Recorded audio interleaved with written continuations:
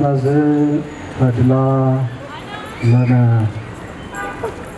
ክቡር አባታችን ሊቀ ብርሃናት መምህር ሄኖክ ይገዙ፣ የደብራችን የካቴድራላችን ዋና አስተዳዳሪ፣ ክቡር ሊቀ ጠበብት ፍስሐ የደብራችን ስብከተ ወንጌል ኃላፊ፣ ክቡር ሊቀ ስዩማን ቀሲስ አክሊሉ የደብራችን ጸሐፊ፣ የተከበሩ አባታችን መላከ አሚን ቆሞስ አባ ይሄይስ የደብራችን ቄሰ ገበዝ፣ የተከበሩ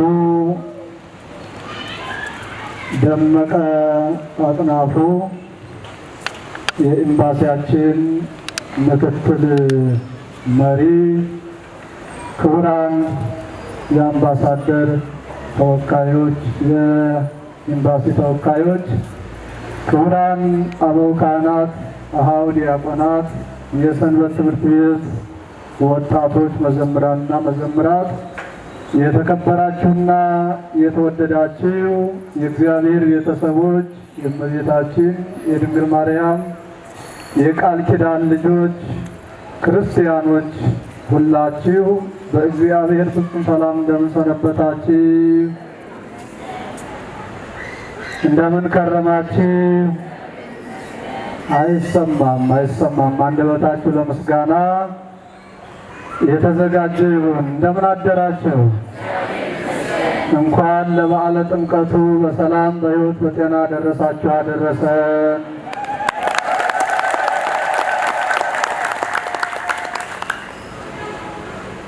አይዟችሁ፣ ትንሽ በዚህ በኩል ነው ፀሐይ ያለው፣ እሱም ደግሞ የተናፈቀ ነው። ከቅዝቃዜ ወደ ሙቀት ገና እየተሸጋገረ ያለበት ሰዓት ስለሆነ ሌሎቻችሁ ጥላ ውስጥ ነው ያላችሁ ካልቀዘቀዛችሁ በቀር። አምላካችን ቅዱስ እግዚአብሔር በቸርነቱ በምሕረቱ ጠብቆ ሁሉን ነገር በቸርነቱ አሳልፎ ሁልጊዜም በጉጉት ከምንጠባበቀው ስጋዊም መንፈሳዊም በረከት ከምናገኝበት በዓላችን አድርሶ እንዲህ አሰባስቦ እንድናከብረው፣ እንድናመሰግነው፣ እንድንባረክ ስለፈቀደልን ስሙ ለዘላለም የተመሰገነ ይሁን። የእናታችን የእመቤታችን የድንግል ማርያም አማላጅነት፣ የቅዱሳን አባቶቻችን የቅዱሳት እናቶቻችን ጸሎት በረከት፣ የቅዱሳን መላእክት ጥበቃ፣ የአምላካችን ቸርነት አይለየን። ይህ ለእኛ ተድላ ደስታችን ነው። የማቴዎስ ወንጌል ምዕራፍ 3 ቁጥር 15 ላይ የምናገኘው ኃይለ ቃል ነው። በዚህ ኃይለ ቃል ለተወሰኑ ደቂቃዎች እንማማራለን። ማን ያስተምረን? ማን ይምከረን? እግዚአብሔር እንዲያስተምረን፣ እግዚአብሔር የሚጠቅመንን የሚረባንን ለነፍሳችንም ለስጋችንም የሚጠቅመን እንዲያስተምረን ፈቃዱ ይሁንልን። ይህ ለእኛ በሉ እስኪ ሁላችሁም አንደበታችሁ ሲከፈት ይህ ለእኛ ተድላ ደስታችን ነው። መልሱት እስኪ። አይሰማኝም። በዚህ በኩል በተለይ አይሰማኝም። ተድላ ደስታችን ነው። ተድላ ደስታ የሚጠላ አለ? እንግዲህ ይህንን ቃል የተናገረው ለስም አጠራሩ ክብር ምስጋና ይድረሰውና በዛሬው ዕለት የዕዳ ደብዳቤያችንን የቀደደልን ከእናታችን ከእመቤታችን ከድንግል ማርያም ነፍሷን ስጋዋን ተዋህዶ በስጋ ተገልጦ የዕዳ ሰነዳችንን የዕዳ ደብዳቤያችንን በመጠመቁ የቀደደልን መከራችንን ያስወገደልን አምላካችን መድኃኒታችን ኢየሱስ ክርስቶስ የተናገረው ቃል ነው። ማነው የተናገረው? አሁን ያነሳሁትን ርዕስ ተናገሩ። አይዟችሁ። ማነው የተናገረው አልኳችሁ? ጌታችን። ተናገሩ። አይዟችሁ። ጌታችን አምላካችን መድኃኒታችን ኢየሱስ ክርስቶስ ነው። ቤተ ክርስቲያናችን እንዲህ አድርጋ ነው ፈጣሪዋን አምላኳን ለልጆቿ የምታስተምረው የምትጠራው እንዳድርጋ ከነቅጽሉ አቆላምጣ ደርባ ደራርባ ነው። ጌታችን አምላካችን መድኃኒታችን ኢየሱስ ክርስቶስ ይህ ለእኛ ተድላ ደስታችን ነው። ከዮሐንስ ጋር የተነጋገረው ንግግር ነው። እንግዲህ አራቱም ወንጌላት ተነበዋል። በዚህ በጥምቀተ ባሕር በተዘጋጀው ማየ ጸሎት ላይ አራቱም ወንጌላውያን ሲነበቡ ሰምታችኋል። ስለምን ነው የተነበቡት? ምን የተገነዘባችሁት ነገር አለ? አራቱም ወንጌላውያን የጻፉት ለምን አራቱም ወንጌላውያን ተነበቡ? ለምስክርነት ነው። ማቴዎስ፣ ማርቆስ፣ ሉቃስ፣ ዮሐንስ አራቱም ወንጌላት ናቸው እዚህ የተነበቡት። ለምስክርነት ነው። አሜሃ መጽአ እግዚእ ኢየሱስ ጌታችን ኢየሱስ ክርስቶስ ያን ጊዜ ከገሊላ ወደ ዮርዳኖስ ወደ ዮሐንስ መጣ። ከመ ይጠመቅ እምኀበ ዮሐንስ ከዮሐንስ ዘንድ ሊጠመቅ መጣ። ወዮሐንስሰ አበዮ ዮሐንስ ግን አይሆንም አላጠምቅህም አለው። ለምን ቢባል ጌታ ወደ አገልጋዩ ሊሄድ በአገልጋዩ እጅ ሊጠመቅ አግባብ አይደለም። አገልጋይ ወደ ጌታው አገልጋይ ወደ ንጉሡ ሂዶ እጅ ሊነሳው ከጌታው ሊጠመቅ ይገባል እንጂ ጌታ መምህር ወደ አገልጋዩ ወደ ደቀ መዝሙሩ ሂዶ ደቀ መዝሙሩን አገልጋዩን አጥምቀኝ ሊለው አይገባም። እኔ ደቀ መዝሙርህ ነኝ፣ የአንተ መንገድ ጠራጊ ነኝ፣ መንገድ ከፋች ነኝ። ከእኔ በኋላ የሚመጣው ከእኔ የሚበልጥ ነው። የጫማውን ጠፍር ልፈታ የማይገባኝ ጫማውን እንኳን ለመሸከም ያልበቃሁ ነኝ። እሱ በእሳትና በመንፈስ ቅዱስ በውሃ ያጠምቃችኋል እያል ስለ አንተ የምመሰክርልህ ለነቢይነት ለአገልግሎት የጠራኸኝ መንገድህን ለማዘጋጀት የጠራኸኝ አገልጋይ ነኝና እኔ አንተን ማጥመቅ አይገባኝም አለው። ይህንን ነው አራቱም ወንጌላውያን ጌታችን ከገሊላ ካደገበት ከእናቱ ሀገር ከናዝሬት ወደ ዮርዳኖስ ሄደ ከዮሐንስ ሊጠመቅ እያሉ አራቱም ምስክርነታቸውን ስለሰጡ ቅዱስ መጽሐፍ አራቱም ወንጌላውያን የጻፉትን ይህንን በሚገባ ለመመስከር ነው አራቱ ወንጌላውያን ያነበብነው። እንዳው ዝም ብሎ አይደለም፣ ይህንን ለማድረግ ነው። እና አራቱም ወንጌላውያን ስለ ጌታችን ጥምቀት ጽፈዋል። ጌታችን ወደ ዮርዳኖስ እንደሄደ በዮሐንስ እጅ እንደተጠመቀ ሲጠመቅ ደግሞ የተደረጉትን ድርጊቶች ሁሉ ግልጽ አድርገው ጽፈዋል። እና ጌታችን ከገሊላ ተነስቶ ወደ ዮርዳኖስ ዮሐንስ የንስሐ ጥምቀት እያጠመቀ ስለ እሱ አምላክነት ጌትነት እየመሰከረለት ወዳለበት ወደ ዮርዳኖስ ወንዝ ተጓዘ። ጌታችን ሄደና ዮሐንስን አጥምቀኝ፣ የመጣሁት ከገሊላ ተነስቼ ልጠመቅ ነው፣ አንተ ልታጠምቀኝ ነው አለው። ዮሐንስ ደግሞ ከእናቱ ገና በማኅፀን ሳለ የተማረው ትሕትና አለ። እመቤታችን ቅድስት ድንግል ማርያም በቅዱስ ገብርኤል የምስራች ዜና ጌታዋን ፈጣሪዋን በሕቱም ድንግልና ከጸነሰች በኋላ አክሷ ኤልሳቤጥን ለመጠየቅ ወደ ኤልሳቤጥ ወደ ዳዊት ሀገር ኤልሳቤጥን ለመጠየቅ ሄደች ይላል ቅዱስ ሉቃስ ሲጽፍ። ሄደችና እመቤታችን ጌታዋን ጸንሳ ኤልሳቤጥ ደግሞ መካኒቱ ባልቴቷ ዮሐንስ መጥምቅን ጸንሳ ስለነበር እመቤታችን ሂዳ ኤልሳቤጥን ሰላም ስትላት የሰላምታ ድምጿን ስታሰማት በኤልሳቤጥ ማኅፀን ያለው ጽንሱ ቅዱስ ዮሐንስ ገና በማኅፀን እያለ ዘለለ። እመቤታችንን ድምፅ ሲሰማ ጌታውን ፈጣሪውን ስለሱ ለመመስከር ስለሱ ለሚመሰክርለት ያዘጋጀውን ፈጣሪውን በድንግል ማርያም ማኅፀን ስለተመለከተ ገና በማኅፀን እያለ ዘለለ ይላል። ያን ጊዜ ኤልሳቤጥ እመቤታችንን ምን አለቻት? የጌታዬ እናት አንቺ ወደ እኔ ትመጭ ዘንድ እኔ ማን ነኝ አለች። የትህትና አነጋገር ነው። እኔ ማን ነኝ? ኤልሳቤጥ ትልቅ ናት፣ ባልቴት ናት። እመቤታችን ደግሞ የ15 ዓመት ወጣት ብላቴና ናት። ግን ምን አለቻት ባልቴቷ? የጌታዬ እናት እመቤቴ አንቺ ወደ እኔ ትመጭ ዘንድ እኔ ማን ነኝ? ለልማዱ አገልጋይ ደንገጥር ወደ እመቤቷ ሂዳ እጅ ልትነሳት ይገባ ነበር። እኔ ወደ አንቺ መጥቼ ወደ ጌታዬ እናት መጥቼ እጅ ልነሳሽ ይገባኝ ነበር። አንቺ እጅ ለመንሳት፣ አንቺ የሰላምታሽን ድምፅ ለማሰማት፣ አንቺ እመቤቴ የጌታዬ እናት እኔን ለመጠየቅ ወደ እኔ ለምን መጣሽ አለችና ከዛ እያይዛ ውርብርት አንቺን ተታምኒ አንቺ ከእግዚአብሔር ዘንድ ተልከው የነገሩሽን እውነተኛውን ነገር መልካሙን የምስራች የምትሰም የሰማሽ ሳትጠራጠሪ የተቀበልሽ ብፅዕት ነሽ ብላ እመቤታችንን አመሰገነቻት።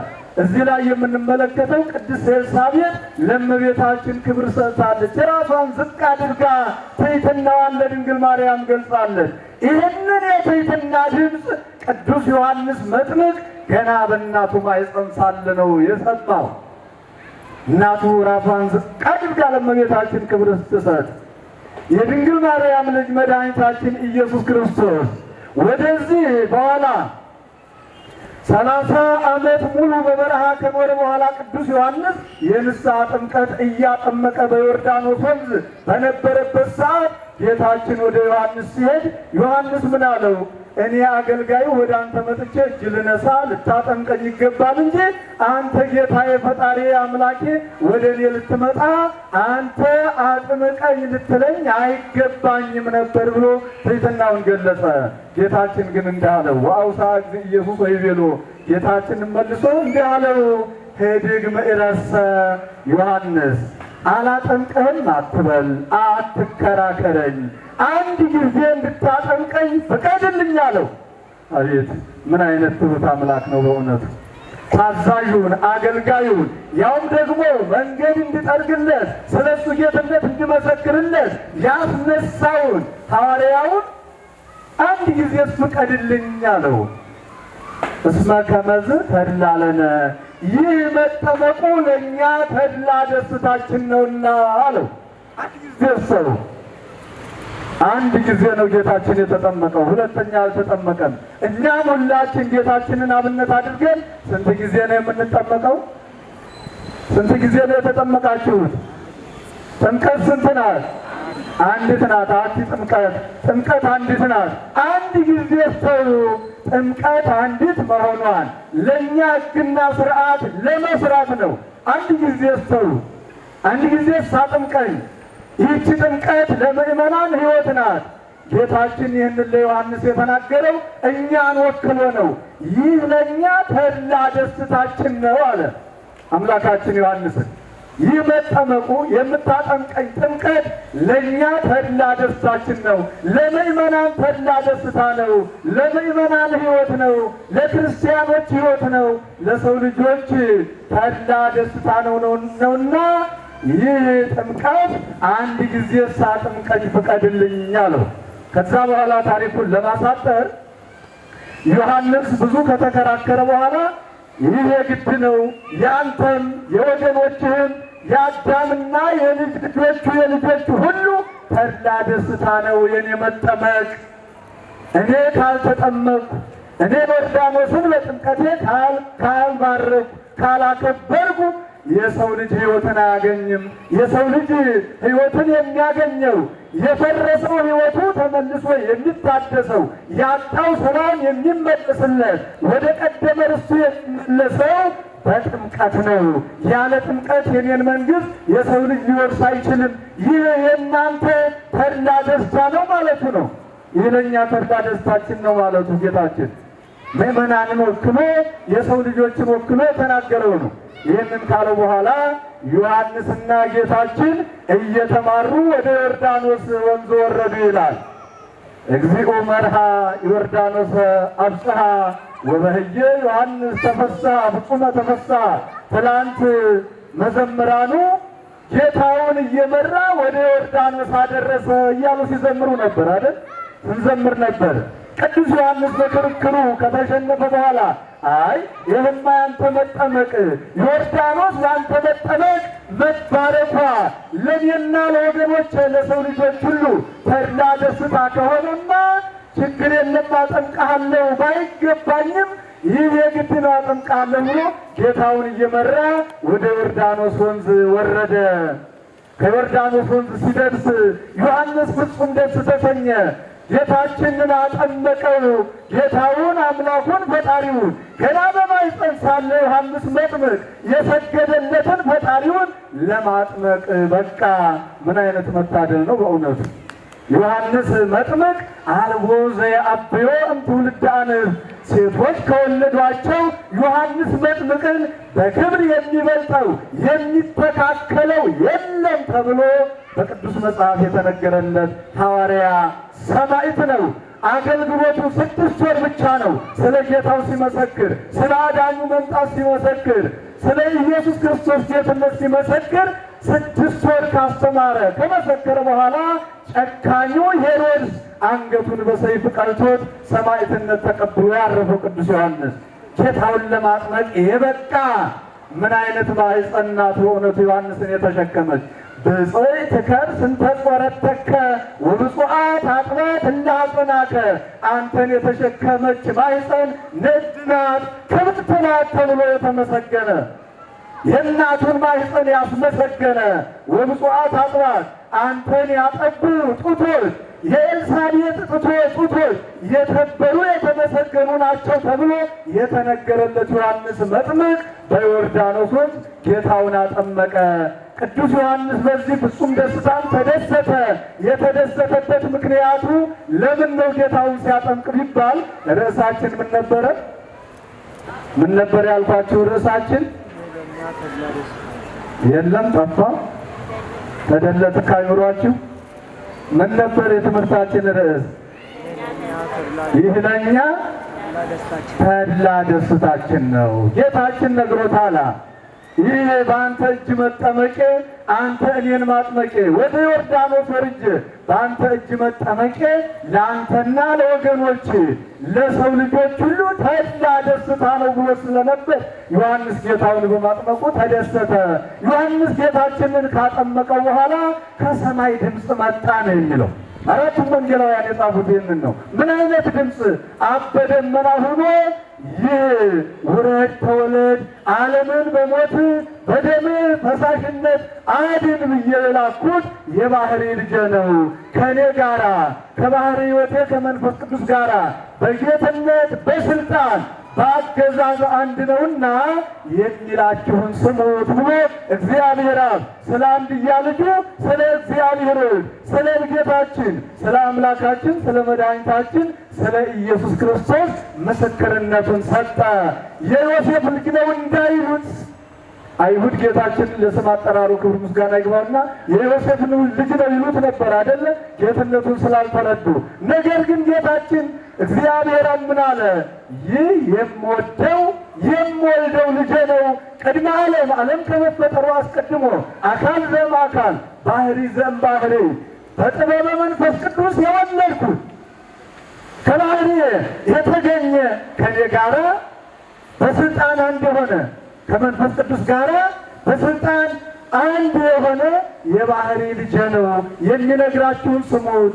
የወረድኩት የተወለድኩት በዚህ ዓለም የምንቀሳቀሰው ዓለምን ለማዳን ነው የመጣሁት። ላስተምራችሁ ነው፣ ከመከራ ላድናችሁ ነው፣ ከሲኦል ላወጣችሁ ነው፣ ወደ ቀደመ ርስታችሁ ልመልሳችሁ ነው ብሎ ቢያስተምራችሁ፣ እኔ አምላካችሁ ነኝ ብሎ ቢነግራችሁ፣ እኔ አዳኛችሁ ነኝ ብሎ ቢያስተምራችሁ አይሆንም አትበሉት። አዎ አምላካችን ነህ፣ አዎ ፈጣሪያችን ነህ፣ አዎ ሕይወታችን ነህ፣ አዎ ጌታችን ነህ ብላችሁ እመኑበት፣ ተቀበሉት እንጂ አትቃወሙት ብሎ እግዚአብሔር አብ በደመና ሆኖ ድምፁን አሰማ። እግዚአብሔር መንፈስ ቅዱስ ደግሞ የባህሪ ሕይወቱ መንፈስ ቅዱስ በርግብ አምሳል አስተውሉ፣ በርግብ አምሳል ነው፣ በአምሳለ ርግብ በነጭ ርግብ አምሳል ከሰማይ ወርዶ ከእግዚአብሔር ወልድ ከኢየሱስ ክርስቶስ ራስ ላይ ራሱን ቆንጠጥ አድርጎ ይዞ ተቀመጠ ይላል እግዚአብሔር መንፈስ ቅዱስ።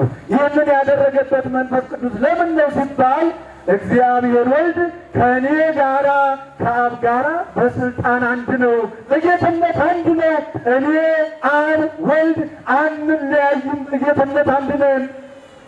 በስም በግብር አካል ሶስት ብንሆንም በስልጣን ግን አንድ ነን ለማለት በአምሳለ ርግብ በርግብ አምሳል ወርዶ ከራሱ ላይ አርፎ ራሱን ቆንጠጥ አድርጎ ያዘው ይላል። በዚህ ሰዓት ምስጢረ ሥላሴ ተገለጸ። ከዚህ አስቀድሞ የሥላሴ አንድነት ሶስትነት ጌታችን በዮርዳኖስ ከመጠመቁ አስቀድሞ አንድነት ሶስትነት ጉልህ ሆኖ አይታወቅም ነበረ። በቅዱሳት መጻሕፍት የሥላሴ አንድነት ሶስትነት ተነግሯል። በብሉይ ኪዳን በተለያየ መንገድ ተነግሯል። ሥላሴን አብርሃም በሽማግሎች አምሳል አይቷቸዋል። በአምሳል ነው ያያቸው። ዛሬ ግን ጌታችን መድኃኒታችን ኢየሱስ ክርስቶስ በዮርዳኖስ በዮሐንስ እጅ ሲጠመቅ አብ በደመና ሆኖ መንፈስ ቅዱስ ደግሞ በርግብ አምሳል ወርዶ ራሱ ተጠማቂው ጥምቀታችንን ለመባረክ ወደ ዮርዳኖስ የወረደው ተጠማቂው ኢየሱስ ክርስቶስ እግዚአብሔር ወልድ በዮርዳኖስ በአካለ ሥጋ ተገልጾ በአንድነት በሶስትነት ምስጢረ ሥላሴ ጉልህ ሆኖ ተገልጿል ማለት ነው። ርዕሳችን ምን ነበር ክርስቲያኖች? ይህ ለእኛ እስኪ ተናገሩት እንድትለምዱት።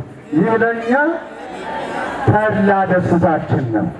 የጌታችን የመድኃኒታችን የኢየሱስ ክርስቶስ ከሰማየ ሰማያት መውረድ፣ ከድንግል ማርያም መጸነስ፣ ከድንግል ማርያም መወለድ ለእኛ ምንድን ነው? ለእኛ ምንድን ነው? ኧረ ተናገሩ እግዚአብሔር ይሁንባችሁ። ለእኛ ምንድን ነው? ተድላ ደስታችን ነው። ከእመቤታችን መጸነሱ መወለዱ፣ በቤተልሔም መወለዱ በሁለት ዓመቱ ወይም ደግሞ በተወለደበት ማግስትም እንደ ታሪኩ ወደ ግብፅ መሰደዱ ለእኛ ምንድን ነው? የጌታችን መሰደድ ለእኛ ምንድን ነው? ተድላ ደስታችን ነው።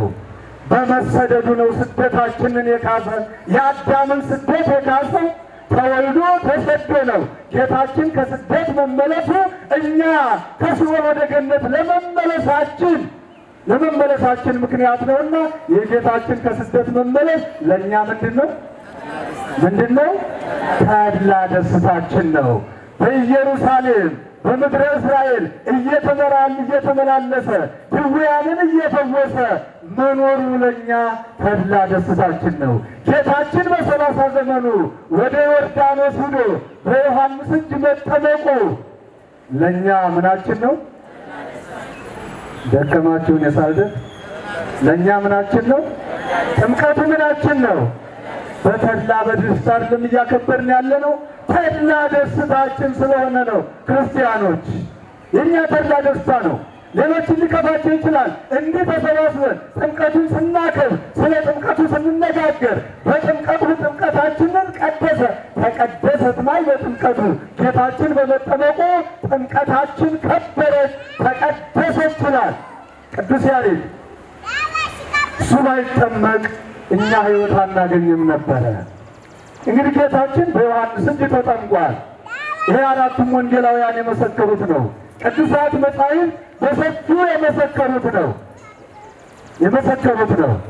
ጌታችን የተጠመቀው ለምን ነው የሚለው እስኪ እንመልከት። ጌታችን ለምን ተጠመቀ? ለምን ነው ወደ ዮርዳኖስ የሄደው? ለምን ነው በዮርዳኖስ ወንዝ የተጠመቀው? ለምን ነው በዮሐንስ እጅ የተጠመቀው? ለምን ነው በውሃ የተጠመቀው? ለምን ነው? ለምን ተጠመቀ? ለእኛ ተድላ ደስታ ሊያድለን። የእሱ መጠመቅ ተድላ ደስታችን ነውና ጌታችን የተጠመቀበት ምስጢሩና ምክንያቱ አንደኛ ምስጢረ ሥላሴ ጌታችን ሲጠመቅ የሥላሴ አንድነት ሶስትነት የሚገለጽ ስለሆነ ጌታችን በተጠመቀ ጊዜ ሰማይ ተከፈተ እያሉ ነው ሊቀ ሐዋርያት የጻፉት፣ አራት ወንጌላውያን የጻፉት። ጌታችን ሲጠመቅ አብ በደመና ሆኖ ይህ ልጄ ነው ብሎ ሲናገር፣ መንፈስ ቅዱስ በርግብ አምሳል ወርዶ በእግዚአብሔር ወልድ ላይ ሲቀመጥ ሰማይ ተከፈተ ብለዋል። ሰማይ ይከፈታል? ተከፍቶ አይታችሁ ታውቃላችሁ? ሰማይ ይዘጋል፣ ይከፈታል? በመጽሐፍ ቅዱስ ኤልያስ ሰማይን ዘጋ፣ ሰማይን ከፈተ እያልን እንነጋገራለን። ዝናብ እንዲቆም አደረገ፣ ዝናብ እንዲዘንብ አደረገ ማለት ነው እንጂ ለሰማይ በርና መስኮት ኑሮት የሚዘጋ የሚከፈት አይደለም። ለምን ነው ታዲያ ጌታችን ሲጠመቅ ሰማይ ተከፈተ እያሉ ሐዋርያት የጻፉት አራት ወንጌላውያን የጻፉት የሚለውን ስንመለከት የተዘጋ ቤት ሲከፈት፣ አንድ ቤት ተዘግቷል። ለምሳሌ ይህ ቤተ ክርስቲያን ተዘግቶ ብትደርሱ በውስጥ ያለውን ማወቅ ትችላላችሁ? በውስጥ ያለው ምን እንደሆነ ከውስጥ የሚጸልይ ሰው ይኑር ወይስ ደግሞ አይኑር በምን ታውቃላችሁ? ካልተከፈተ ታውቃላችሁ? አንድ ቤት የተዘጋ ቤት ሄዳችሁ በውጭ ሆናችሁ ብትመለከቱት በውስጥ ያለው ምን እንደሆነ ወርቅ ብር ይኑረው ወይም ደግሞ ሌላ ይኑረው ማወቅ ትችላላችሁ? ካልተከፈተ አናውቅም አይደል? አናውቅም። ማወቅ የምንችለው በውስጥ ያለውን ምን ሲሆን ነው? ቤቱ ሲከፈት፣ በሩ ሲከፈት ነው። ሰማይ ተከፈተ እያሉ አራቱ ወንጌላውያን የመዘገቡት የጻፉት የተዘጋ ቤት በሩ ሲከፈት በውስጡ ያለው ወርቁ ብሩ በውስጥ ያለው አጠቃላይ እንደሚታይ ሁሉ ግልጽ ሆኖ እንደሚታይ ሁሉ ምስጢረ ሥላሴ የሥላሴ አንድነት ሦስትነት በጌታችን መጠመቅ ታወቀ፣ ተረዳ ለማለት ነው እንጂ ሰማይ መከፈት መዘጋት ኑሮበት አይደለም። አንደኛ ጌታችን የተጠመቀበት ምክንያት ምስጢረ ሥላሴን ለመግለጽ ነው። የሥላሴን አንድነትና አንድነቱን ሦስትነቱን ለማስረዳት ነው። ወአልቦ ዘአእምሮሙ ለስሉስ ቅዱስ ዘእንበለ እምድኅረ ተሰግወ ወልድ ዋሕድን ቅድስት ድንግል። ሊቃውንቱ እንዲህ እያሉ ነው የጻፉት። ጌታችን መድኃኒታችን ኢየሱስ ክርስቶስ ከድንግል ማርያም ከመወለዱ አስቀድሞ በዮርዳኖስ ከመጠመቁ አስቀድሞ ወደ ደብረ ታቦር ከመውጣቱ አስቀድሞ የሥላሴ አንድነትና ሦስትነት ጉልህ ሆኖ አልተገለጸም ነበረ፣ አልታወቀም ነበረ። ሲጠመቅ ነው አንድነቱ ሦስትነቱ ጉልህ ሆኖ የታወቀው ብለዋል። እና በተጠመቀበት ዕለት አንድነቱን ሦስትነቱን ለመግለጽ ሲል ተጠመቀ። ሌላው ጥምቀትን ለኛ ለመባረክ ነው። ጌታችን የተጠመቀው ጥምቀታችንን ለመባረክ ነው። አኮ ፈቂዶ ለተጠምቆ ለመጠመቅ በመጠመቁ ክብር ለማግኘት አስቦ አይደለም። ጌታችን ክብር አይል ክብር ነው። እኛ የምንጠመቀው ምን ለማግኘት ነው? የእሱን ክብር ለመውረስ ነው አይደለም?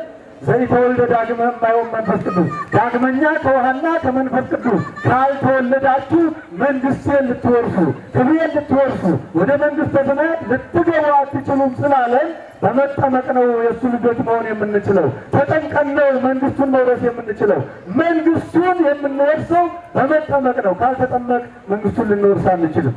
እሱ ግን የሚወርሰው መንግሥት አለ በመጠመቁ፣ የሚያገኘው ክብር አለ በመጠመቁ። ክብር አይል ክቡር ነው። እኔግ ሳይል ንጉሥ ነው። ጻድቅ አይል በባህሪው ቅዱስ እውነተኛ ጻድቅ ነው።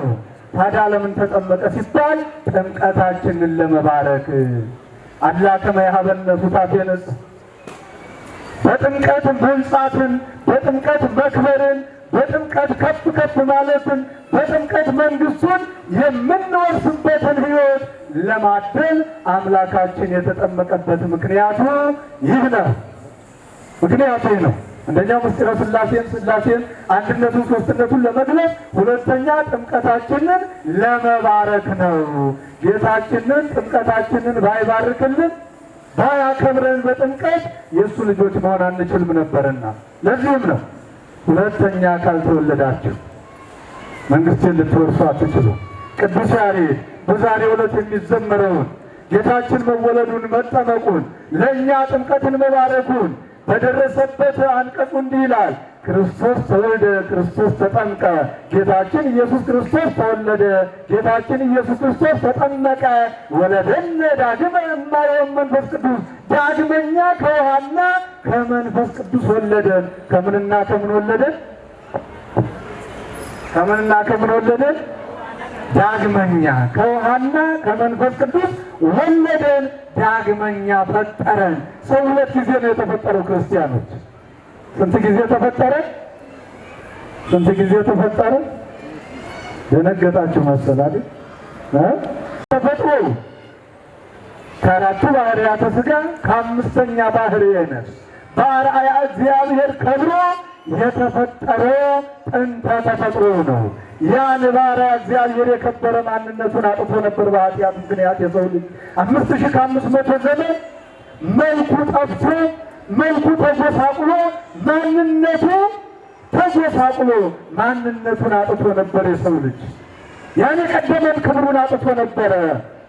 ያ ጥንተ ተፈጥሮ እንደገና የተመለሰለት የቀደመ መልኩ የቀደመ አርአያው የእግዚአብሔር አርአያው የተመለሰለት አምላካችን መድኃኒታችን ኢየሱስ ክርስቶስ ወደዚህ ዓለም መጥቶ ከእናታችን ከድንግል ማርያም በመወለዱ በመጠመቁ ነው የሰው ልጅ እንደገና ተፈጥሮውን ያገኘ። ሁለተኛ ፍጥረት ማለት ሁለተኛ ማንነቱ የተመለሰለት ያ የፈራረሰው ሕይወቱ እንደገና በጥምቀት ታድሶ ልክ እንደ ሸክላ ሰሪ ይላሉ አባቶቻችን። ሸክላ ሰሪ ሸክላዋ ሲነቃባት ሲሰነጣጠቅባት የደከመችበት ሸክላዋ እንደገና ምን ታደርገዋለች? ታፈራርስና በውሃ ለውሳ አርሳ እንደገና ሸክላውን ትሰራዋለች፣ የፈረሰውን ሸክላ። ከዛ በኋላ በእሳት ትተኩስና አድሳ ለአገልግሎት ታውለዋለች። የኛ ሕይወትን በኃጢአት ደርሶ ነበረ። ያ ባሪያ እግዚአብሔር የከበረው ያ እግዚአብሔርን መስሎ እግዚአብሔር በራሱ አርአያና አምሳል የፈጠረው ማንነታችን ፈርሶ ነበር በኃጢአት ምክንያት። ማንነቱን አጥቶ ነበረ። ውበቱ ገዝፎ ነበረ። እንደገና ልክ እንደ ሸክላ ሰሪ ያን የፈረሰውን ሕይወታችንን አምላካችን ማንነታችንን እንደገና የሰራው ያን ውበታችንን የመለሰልን በምንድን ነው አልኳችሁ? ዳግም የወለደን ዳግም የፈጠረን በምንድን ነው? ክርስቶስ ተወለደ፣ ክርስቶስ ተጠመቀ። ዳግመኛ ከምንና ከምን ወለደን ፈጠረን? ከውሃና ከመንፈስ ቅዱስ።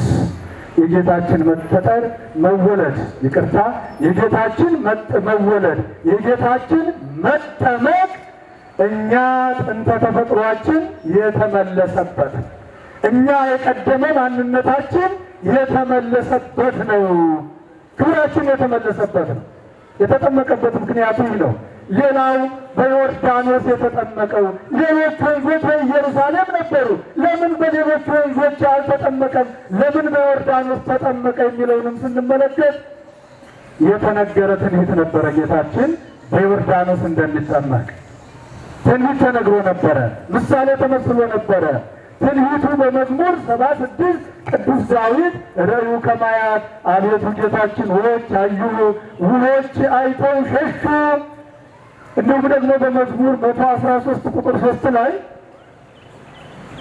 ዮርዳኖስ ወደ ኋላ የተመለስክ ለምን ነው ለምን ሸሸ እያለ ጌታችን ወደ ዮርዳኖስ ሂዶ በዮሐንስ እጅ ሲጠመቅ ዮርዳኖስ ወደ ኋላው እንደሸሸ ውኆች አይተው እንደደነገጡ እንደሸሹ አድርጎ ቅዱስ ዳዊት አስቀድሞ ጌታችን በሚጠመቅበት ዕለት የሚፈጸመውን ድርጊት በትንቢት መነጽር ተመልክቶ ተናግሮ ነበረ።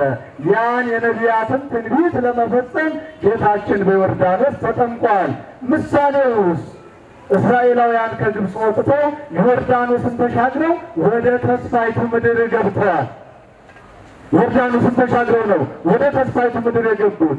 እኛም ጌታችን በጥምቀቱ ጥምቀታችንን ከባረከልን በኋላ በዮርዳኖስ ተጠምቀን በማየገቦ ተጠምቀን መንግሥተ ሰማያት እሳተ ገሃነምን ረግጠን ተሻግረን መንግሥተ ሰማያትን የምንወርስ ወደ መንግሥተ ሰማያት የምንገባነንና ይህንን ትንቢትና ምሳሌ ለመፈጸም አምላካችን በዮርዳኖስ ተጠምቋል። ሌላው በዮርዳኖስ የተጠመቀበት በሌላ ወንዝ ያልተጠመቀበት ምክንያቱ ምንድን ነው ስንል የሰው ልጆች የዕዳ ደብዳቤ የሰው ልጆች የዕዳ ሰነድ በዮርዳኖስ ውስጥ ተቀብሮ ነበረ። ዲያብሎስ ክፉ ነው። ሰውን ካዋረደ በኋላ አዳምና ሔዋንን ካሳተ በኋላ አታሎ ካዋረዳቸው በኋላ አገዛዝ አጽንቶ አስጨንቆ እንዲህ አላቸው። አገዛዙ እንዳቀልላችሁ መከራው እንዳቀልላችሁ አዳምና ሔዋን የዲያብሎስ ተገዦች ናችሁ የሚል ደብዳቤ ጽፋችሁ ፈርማችሁ ተገዥነታችሁን የሚገልጽ ደብዳቤ ስጡን ብሏቸው ነበረ። መጨነቅ አስቸጋሪ ነውና ከመጨነቃቸው የተነሳ እውነቱም አገዛዙን መከራውን ያቀልልናል መስሏቸው ደብዳቤ ጽፈው በሁለት እብነ ሩካም ይለዋል። በሁለት እብነ በረድ ድንጋይ አዳምና ሔዋን የዲያብሎስ ጥንተ ተገዦች ናቸው ብለው ፈርመው ሰጡት። አንዱን ነጭ ማለት እብነ ሩካም እብነ በረድ ይሄ የዕዳ ሰነዳቸው የዕዳ ፊርማቸው የተመዘገበበትን በዮርዳኖስ ወንዝ ውስጥ ጥሎታል። ማንም እንዳያገኘው ማንም እንዳይሰርዘው ብሎ ነው። አንዱን ደግሞ በሲኦል ውስጥ ቀብሮታል ዲያብሎስ። 5500 ዘመን ሙሉ ያ የዕዳ ሰነድ ያ የሰው ልጅ የመከራ ደብዳቤ በዚህ በዮርዳኖስና በሲኦል ተቀብሮ ይኖርን ነበረ። ጌታችን ወደ ዮርዳኖስ የሄደው በዮርዳኖስ የተጠመቀበት ምክንያቱ ይህንን የዕዳ ደብዳቤያችንን ለመቅደድ ነው።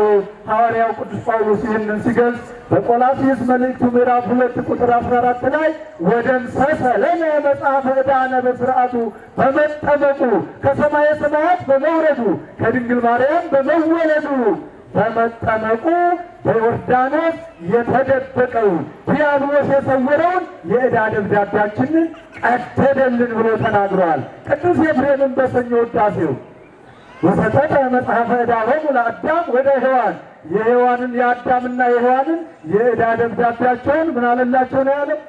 ቀደደላቸው። አምላካችን በዮርዳኖስ የተጠመቀበት ሌላው ምስጢር የሰው ልጅ የዕዳ ደብዳቤ ለመቅደድ ነው። የዛሬዋ ዕለት የጌታችን በዓለ ጥምቀት የዕዳ ሰነዳችን የዕዳ ደብዳቤያችን የተቀደደበት ዕለት ነው። ደስ ይበላችሁ ክርስቲያኖች። ይህንን በዓል ነው የዕዳ ሰነዳችን ተቀዷል። የ5500 ዘመን የተቀበረው የዕዳ ሰነድ አንዱ ዛሬ ጌታችን ሲጠመቅ ተቀዶልናል፣ ተደምስሶልናል። ሌላው ደግሞ ጌታችን የመጨረሻውን የማዳን ስራውን በዕለተ ዓርብ በመስቀል ተሰቅሎ ሲፈጽም በአካለ ነፍስ ወደ ሲኦል ወርዶ ነፍሳትን ሲያወጣ በሲኦል ዲያብሎስ የቀበረውን ያንንም ሁለተኛውን የዕዳ ሰነድ ደምስሶልናል፣ አጥፍቶልናል። ደስ ይበላችሁ ክርስቲያኖች። ይህንን በዓል ነው መከራችን የተወገደበትን የዕዳ ደብዳቤያችን የተቀደደበትን ጥምቀታችን መንግስቱን የምንወርስበት ሕይወትን የምናገኝበት የቀደመ ማንነታችን የተመለሰበት የሚመለስበት ሕይወታችን ጥምቀታችንን ለመባረክ ወይም ደግሞ ጥምቀትን ያገኘንበት ጥምቀታችን የተለየበት የተከበረበት የተቀደሰበት ዕለትን ነው። የጌታን ጥምቀት ስናከብር የእኛን ሕይወት እያሰብን የተደረገልንን ክብር እያሰብን የምናከብረው ክርስቲያኖች። እንግዲህ ስለ ጥምቀቱ ብዙ ምስጢራት አሉ። ለምን በውሃ ተጠመቀ የሚለውን ስንመለከት እንዳው ዝም ብሎ አይደለም። የተነገረ ትንቢት ነበረ። ነቢዩ ሕዝቅኤል በትንቢቱ ምዕራፍ 36 ቁጥር 25 ላይ እነዛክሙ በማይ ጽኑ በጥሩ ውሃ በንጹህ ውሃ እረጫችኋለሁ ወትጠሃሩ እምርኩስክሙ ወይም ጣዖተክሙ ንጹህ ውሃ እረጫችኋለሁ ከጣዖታችሁ ከኃጢአታችሁ ትጠራላችሁ ትነጻላችሁ ብሎ አስቀድሞ ጌታችን ጥምቀትን ባርኮ በጥምቀት እንደሚያከብረን እንደሚያነጻን እንደሚያጸራን አስቀድሞ ነቢዩ ሕዝቅኤል ተናግሮ ነበረ። ይህንን ትንቢታዊ ቃል ለመፈጸም ጥምቀታችንን የባረከበት ዕለት ነው። ሌላው ለምን በውሃ ተጠመቀ ስንል በወተት ውድ በሆኑ መጠጦች ተጠምቆ ቢሆን ሁላችንም ጥምቀትን ማግኘት እንችል ነበረ። በውሃ ባይጠመቅ ዛሬ ድሃ በውሃ ተጠምቆ መንግስቱን ለመውረስ ይችል ነበረ ማለት በውሃ ባይጠመቅ ድሃ አሁን ጌታችን እንደው አይበሉና ውድ በሆነ መጠጥ ምንድነው? ከመጠጥ ውድ የሆነው መጠጥ ምንድነው? በተለይ ወንዶች ወንድሞቻችን እናንተ ልጠይቅ መሰላደን በዓለም ላይ ውድ የሚባለው መጠጥ ምንድነው? ሴቶቹ ብዙ አይታሙም እንደው አልፎ አንዳንድ ካልሆነ በቀር ውድ በሆነ መጠጥ ተጠምቆ ሊሆን አምላካችን ብዙዎች በዛ መጠጥ ተጠምቀው መንግስቱን መውረስ ይችሉ ነበር? አይችሉም ነበረ። ለምን በውሃ አደረገው? ውሃ ከዝቅተኛ ኑሮ እስከ ከፍተኛ ኑሮ ለሚኖረው ሁሉ ቅርብ ነው። ሁሉም ይገኛል።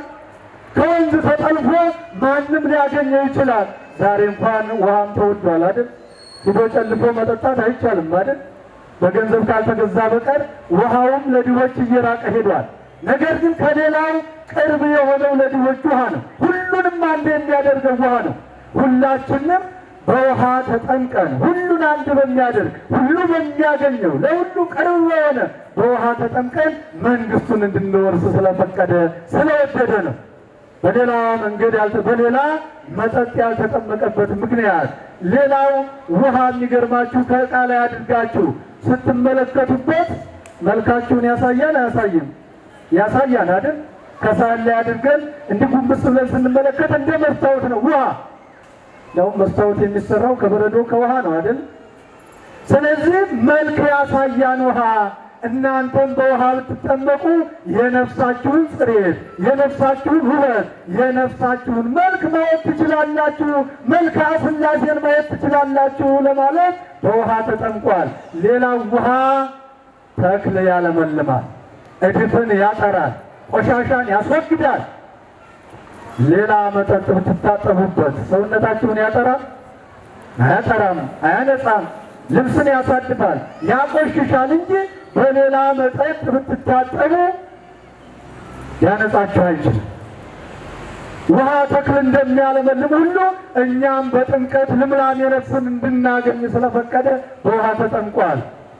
ውሃ እድፍን እንደሚያስወግድ ሁሉ የእኛም የቀደመ ኃጢአታችን የሚሰረዘው የሚደመሰሰው በውሃ በመጠመቅ ስለሆነ በውሃ የተጠመቀበት ምስጢሩ ይህ ነው። ክርስቲያኖች እንግዲህ የጥምቀቱ በዓል ሰፊ ትምህርት ያለው ሰፊ ትምህርት ያዘለ ሊቃውንት ጽፈውለት ተናግረውለት ያልፈጸሙት ነው። በዚህ ሰዓት ብዙ ተናግረን ልንፈጽመው አንችልም።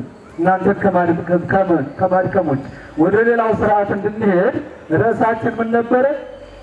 ይህ ለእኛ ተድላ ደስታችን ነው። ክርስቲያኖች በአጠቃላይ ጌታችን መድኃኒታችን ኢየሱስ ክርስቶስ የሰራቸው ስራዎች እያንዳንዳቸው ከጽንሰቱ እስከ ስቅለቱ ከስቅለቱ እስከ ዕርገቱ ድረስ ያደረገልን ነገር ሁሉ ለእኛ ተድላ ደስታችን ነው። ጽንሰቱ ተድላ ደስታችን ነው። ልደቱ ተድላ ደስታችን ነው። ስቅለቱ ተድላ ደስታችን ነው። ጥምቀቱ ተድላ ደስታችን ነው። ስቅለቱ ተድላ ደስታችን ነው። ወደ መቃብር መውረዱ ለእኛ ተድላ ደስታችን ነው። ሙስና መቃብርን በመቀበሩ ነው ያጠፋልን። በመቃብር በስብሶ መቅረቱን ከመቃብር መነሳቱ ትንሣኤው ለእኛ ተድላ ደስታችን ነው። ዕርገቱ ለእኛ ተድላ ደስታችን ነው። ዳግም መምጣቱ ለእኛ ተድላ ደስታችን ነው። ክብራችንን ለመስጠት መንግስቱን ለማውረስ ስለሚመጣ ስለዚህ ምን ያላደረገልን ተድላ ደስታ አለ? ምን ያልሰጠን ጸጋና በረከት አለ? ይህንን በዓል ስናከብር እሱ መጠመቁ ለእኛ ተድላ ደስታችን መሆኑን እያሰብን ነው።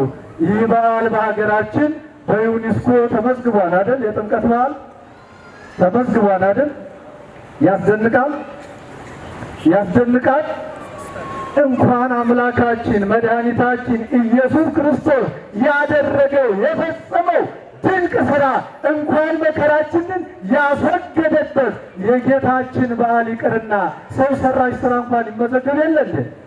አሁን እኮ በቃ ብዙ የሚደንቀው አለ። በዩኒስኮ ተመዘገበ የጥምቀት በዓል የመስቀል በዓል ሲባል፣ አዎ እንደ ሰውኛ ቀለል አድርገን ስናየው ይሄን ያስደስተን ይችላል። አምላካችን የሰራው ስራ ቢመዘገብ በዩኒስኮ ያስደንቃል። በቅዱሱ መጽሐፍ በማይተነሰፈው መዝገብ ሐዋርያት ጽፈውታል፣ ወንጌላውያኑ ጽፈውታል። ማንም በማይደመሰሰው በቅዱሳት መጻሕፍት ጽፈውታል። ታዲያ በወንጌል የተመዘገበው በቅዱሳን ሐዋርያት በወንጌል የተጻፈው በዩኒስኮ ቢመዘገብ የሚያስደንቅ ነገር አይደለም። ነገር ግን ደግሞ መዝጋቢዎቹንም ሳናመሰግን አናልፍም። ይህንን በዓል ስናከብር እንግዲህ ፍቅር የተመሰረተበት፣ የዕዳ ደብዳቤ የተቀደደበት፣ መከራ የተወገደበት፣ አንድነታችን የተመለሰበት፣ መለያየት የራቀበት በዓል ነውና መለያየታችንን አስወግደን፣